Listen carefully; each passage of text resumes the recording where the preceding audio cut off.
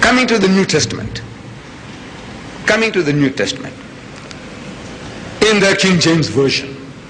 In some modern translations, they have omitted these words which I'm going to say now. But in the King James Version, which Brother Swaggart uses, so he advertises this book here, King James Version. And in the King James Version, the New Testament starts. The first book is the Gospel according to St. Matthew. Second book, the Gospel according to St. Mark. Third book, the Gospel according to St. Luke. Fourth book, the Gospel according to St. John. I'm asking, what is this according to? According to, according to. Why according to? You see, you don't catch the joke. You just read the Gospel according to Matthew, according to Mark, according to Luke, according to John. I said, what is this according? Why according to? This little publication, it says there, Ahmad Deedat. That's my book. I wrote it. I am responsible. You can take me to task. If I have made some utterances here which are false, you can take me to task, because this is my book. But if it was according to Ahmad Deedat, that means somebody else wrote it, not me. You are telling that according, maybe it was not according to what I am thinking, but you are attributing things to me. It could be a lie against me, but if I wrote it, I am responsible. But if somebody attributes something to me, say, according to Mr. Deedat, it could be false.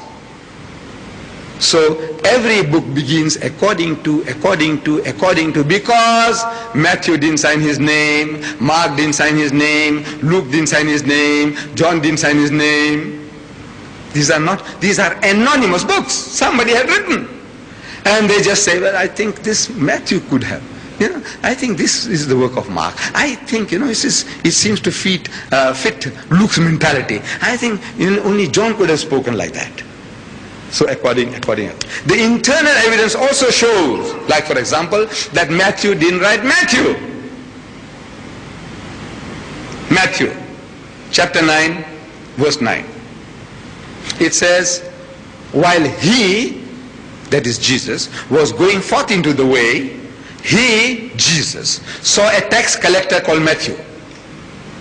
And he, Jesus, came up to him, Matthew, and said unto him, Matthew, follow me, Jesus. And he, Matthew, followed him, Jesus.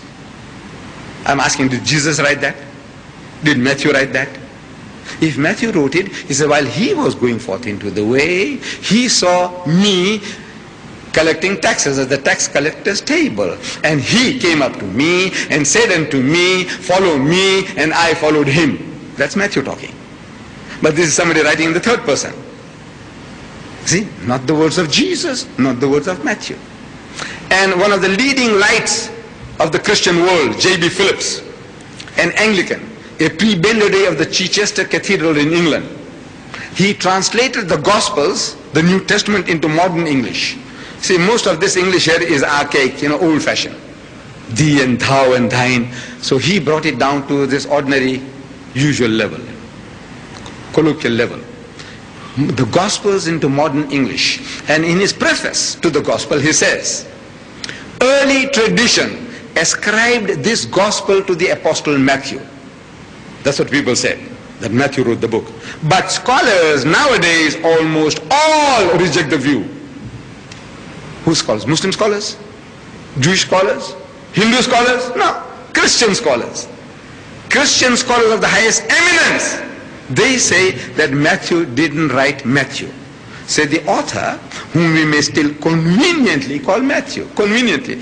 Because instead of saying the first book of the New Testament, chapter 9 verse 9, the first book of the New Testament, chapter 5 verse 17, wasting my breath, wasting time in writing, wasting space, ink. He says, no. So I said Matthew 9:9. I said Matthew 5:17.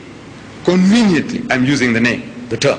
He said the author, whom we may still conveniently call Matthew, has plainly drawn on the mysterious Q. Now this Q is in inverted commas. It stands for the German word Quella, means sources, some mysterious sources, which might have been a collection of oral traditions. He has used Mark's Gospel freely. This man, who's supposed to be Matthew, has used Mark's Gospel freely. In the language of the school teacher, he has been copying wholesale from Mark. In the language of the school teacher, he's copying wholesale from Mark. And Mark was a 10-year-old boy when Jesus walked this earth.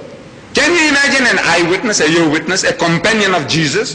He goes and copies a 10-year-old boy who wasn't there. Does it make sense to you? If it was Matthew, would he go and copy somebody else? And a child of 10? So therefore we know not only that it is not the word of God, but it is not even the words of Matthew.